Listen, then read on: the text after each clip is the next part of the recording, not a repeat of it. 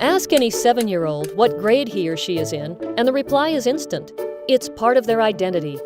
And students, teachers, and parents all have ideas about what first graders should learn, what sixth graders are like socially, and how the world opens up for freshmen.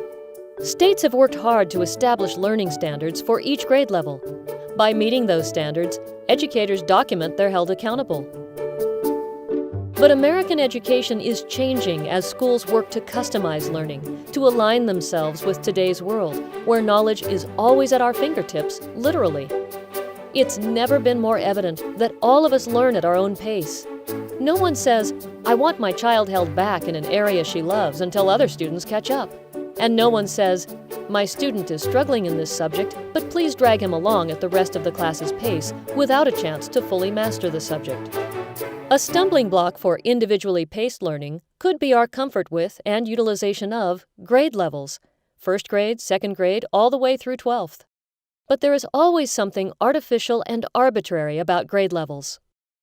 When you look in the traditional school right now, mostly we have kids set up in grade levels where they're assigned to a particular classroom because of their age. And the problem you run into is when schools have this set up where the kids are there because of an age, then the content is delivered because of their age.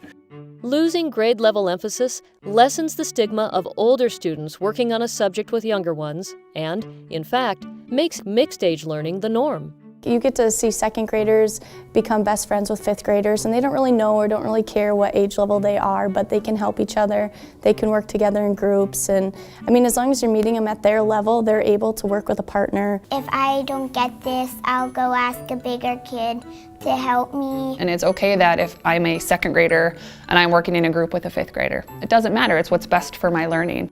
In a student's teen years, being seen as an individual learner rather than a member of an artificial grade level makes it easier to evaluate whether he or she might benefit by opportunities such as dual enrollment at a university or an internship. No more saying, "That's a pretty tall order for a high school junior."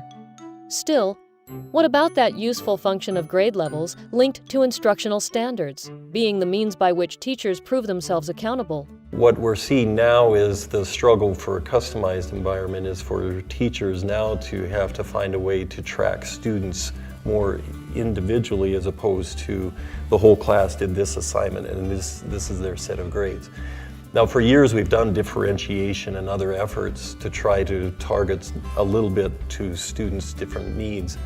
But in a fully customized environment, you're looking at kids being in all different places all at once. And they may be in a group for a small time period. They work with this group of students for now, but then a little bit later they're working with this group of students. So it isn't about tracking, which is common in traditional education. You're looking to have flexible grouping and students being able to be tracked based on what their needs are at that given moment.